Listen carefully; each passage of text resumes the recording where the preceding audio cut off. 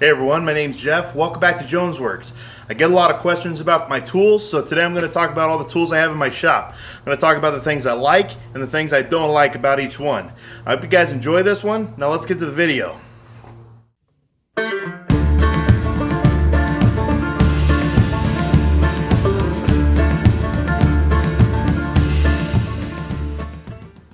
First up is my DeWalt table saw. Its model number is DWE7490X. I believe this specific model configuration is discontinued, but it's the exact same saw as the DWE7491. The only difference was the stand it came on. This came with a scissor stand, and the 91 comes with a mobile stand for job sites.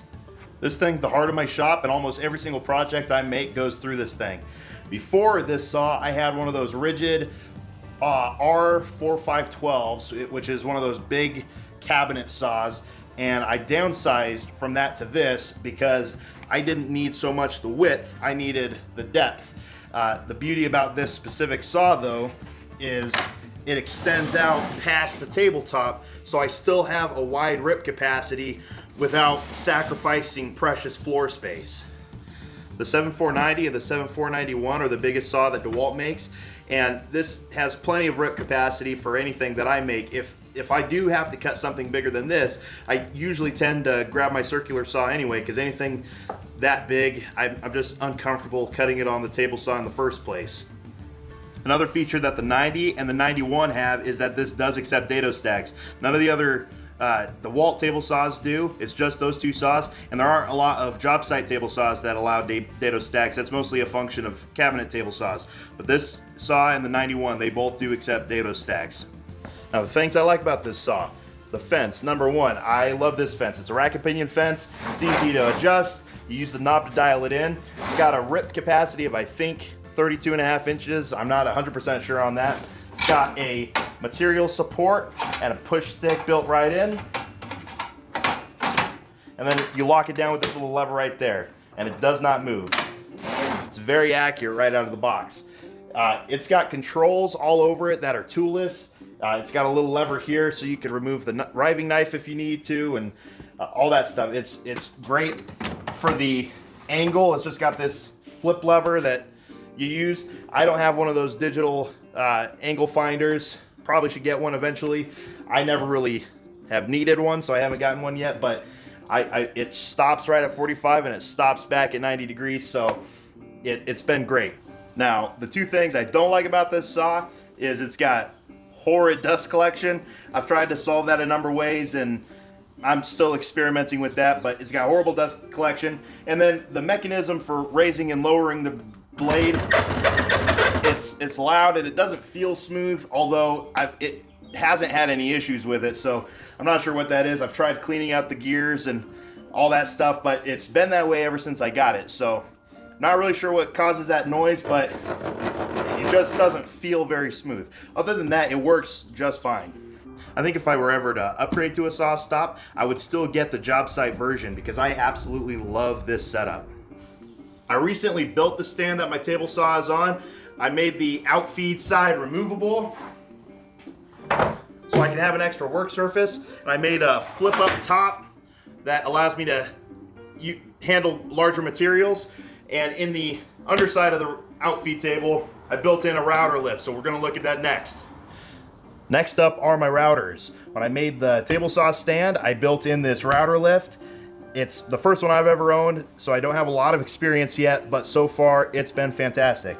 It's got a quick gear to call it up quickly. It's got a micro adjust gear right here, and then it's got this snap lock release so you can exchange the ring for a larger or smaller diameter. This thing's awesome. My only dislike about it is expensive. The router that's in it is a DeWalt DW618. It's a 2.25 horsepower router, and it's my favorite tool. I love it so much.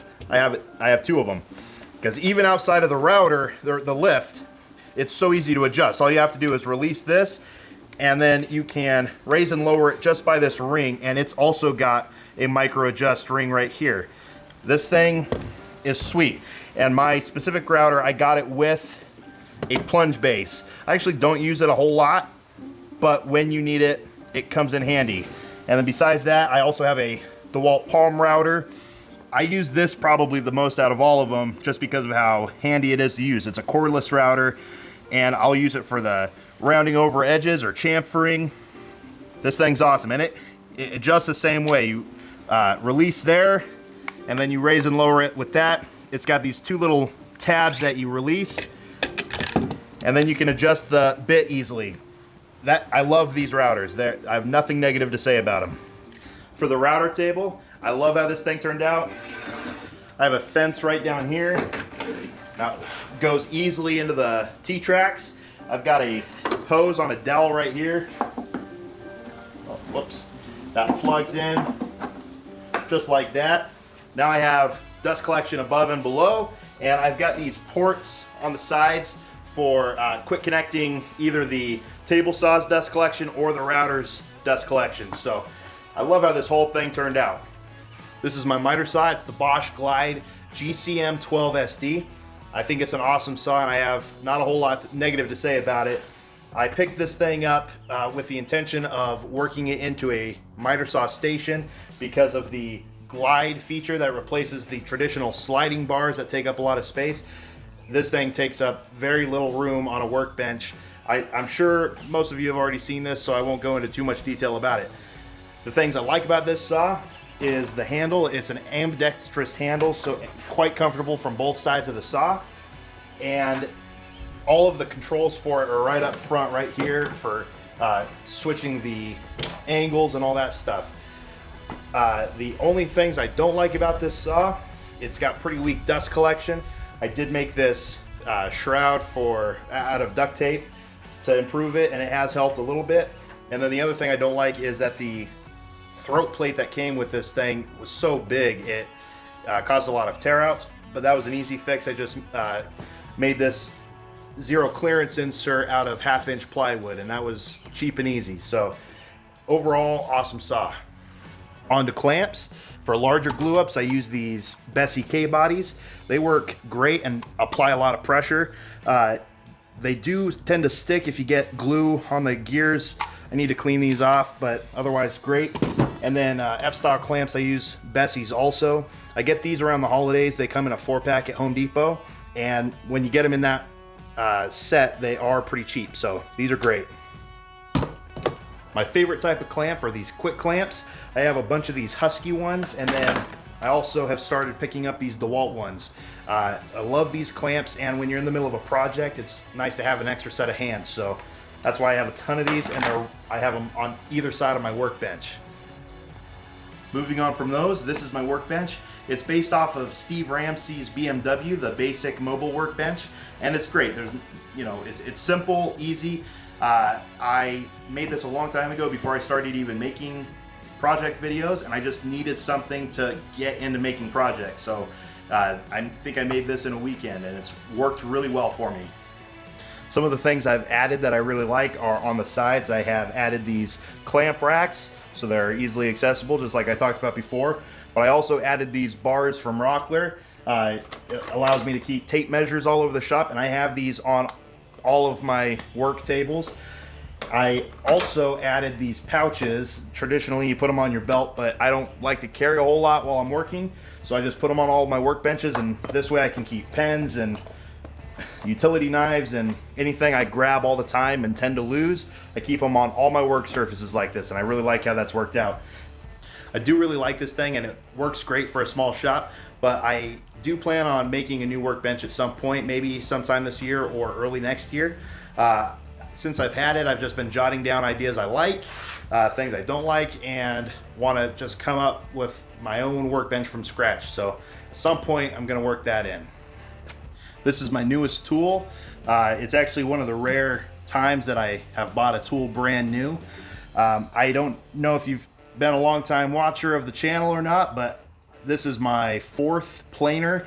I, for some reason, have had the worst luck with planers, just not working out, breaking down, but hopefully this will be the exception to the rule.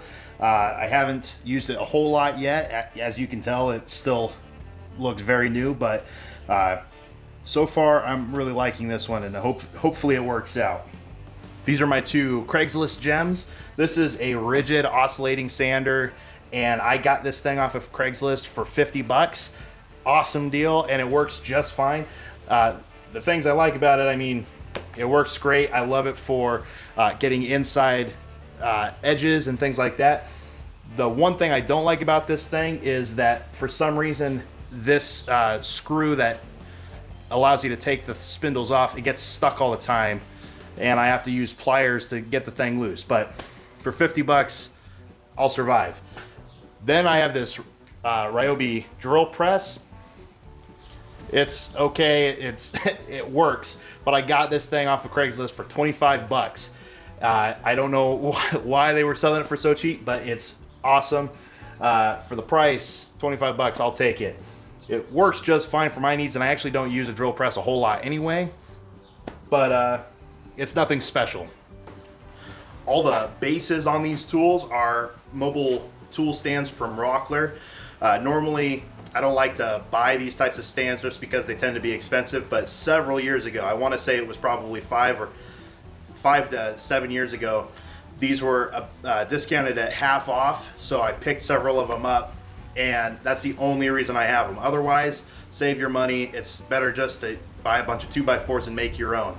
They're great though, and I like the looks of them. This is my bandsaw.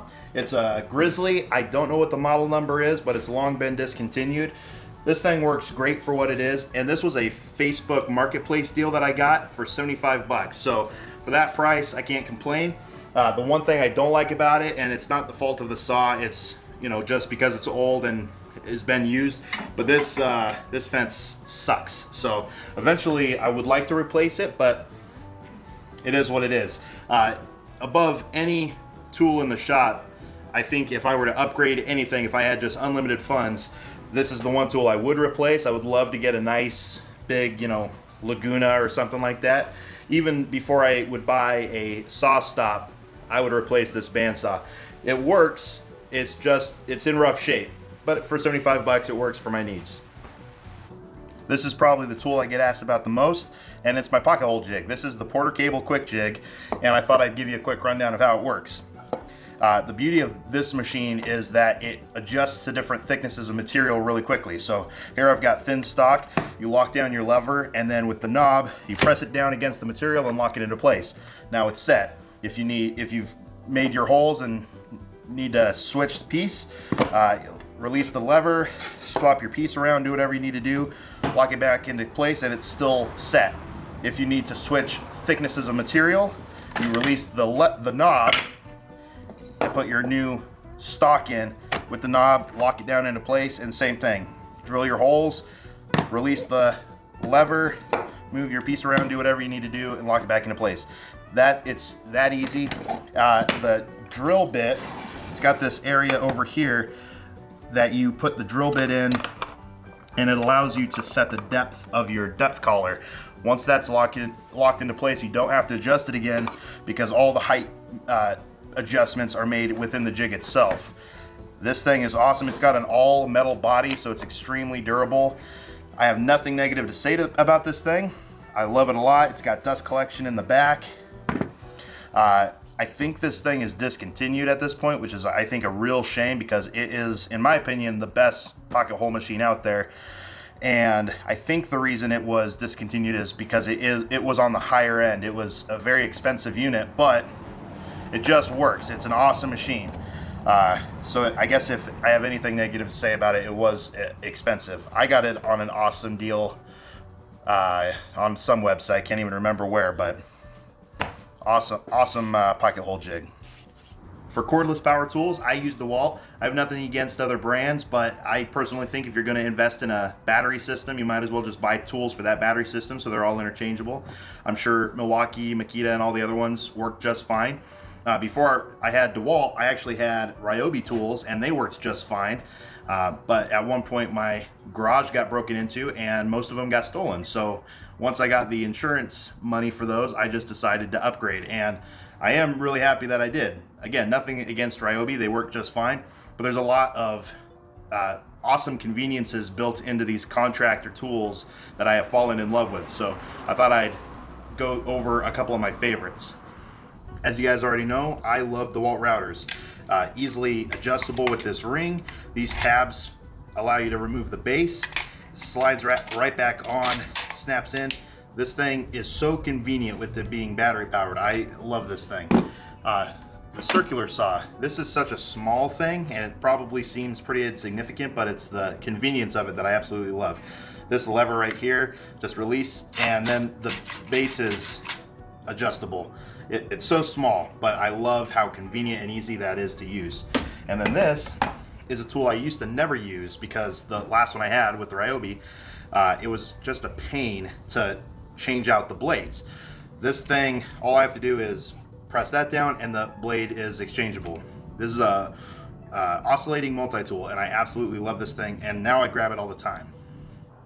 The jigsaw is awesome. It's got variable speed. It's got a quick release lever for the blades, and if you need to make 45-degree cuts, all you have to do is release this lever, pull back the base, and then turn it, and it's got positive stops that locks it in, and then you just pull back the lever. 45-degree cuts. Very easy and simple. I love that. Heat gun. This is a super basic tool and there isn't much you can do with a heat gun, but it's got a feature on it that I think is so great, which you can hold down the trigger and then push this button in and it keeps the trigger down. So now I can set it down and bring whatever I'm heating up to it. And it just makes it that much more versatile, and I love that. The sander's great. It could use better dust collection, but it's great. The grinder, I have no complaints. The recip saw works awesome. I love the drills. The impact drill specifically, I think is a dream to use. And then I've got this shop vac, which works really well. It lives underneath my workbench for quick, easy cleanups. The shop vac and the 3 drills, I keep batteries on them all the time because I use them the most. And then I keep 4 extra batteries on a multi-port quick charger that just keeps them ready to go for whenever I need to break one of these out. This is my Husky tool chest. I think this thing's great, holds all my tools. I made this backer board for it in a previous project video if you want to check that out. I made it specifically to mount my battery charger to, so I can easily get to my batteries. The only thing I don't like about this thing is, I don't know if you can tell, but that thing falls off all the time, and a couple of them have. They are just stuck on with double-sided industrial strength tape, and that seems pretty chintzy to me, but whatever. I'm not gonna complain too much about it. It's fully functional and yeah, great for organization. I really like this thing. Yes, I have a lot of tools and I worked really hard to get to where I'm at, but do you need a bunch of fancy tools to start woodworking? Absolutely not. If you don't have a table saw, you can use a circular saw. If you don't have a bandsaw, you can use a jigsaw. If you want to make something, that's the goal. It doesn't matter how you make it or what tools you used. What matters is reaching your goal.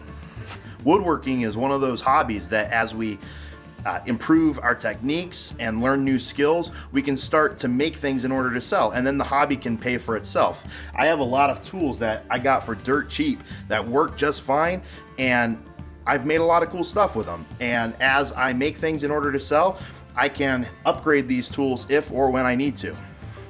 It's a common expression, but I really want to emphasize, it's not your tools that make you a good woodworker. It's trying new things and learning new skills that make you a good woodworker. So just use whatever you have and start making things.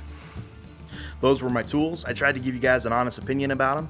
I also want to make a quick announcement that as of today, I am launching my new website. It's called jonesworkshop.com. If you want to check it out, there's plans and t-shirts, and I'm going to start posting information on future projects. So I know this was a little different than my normal videos, but I hope you liked it, and I will see you guys on the next project.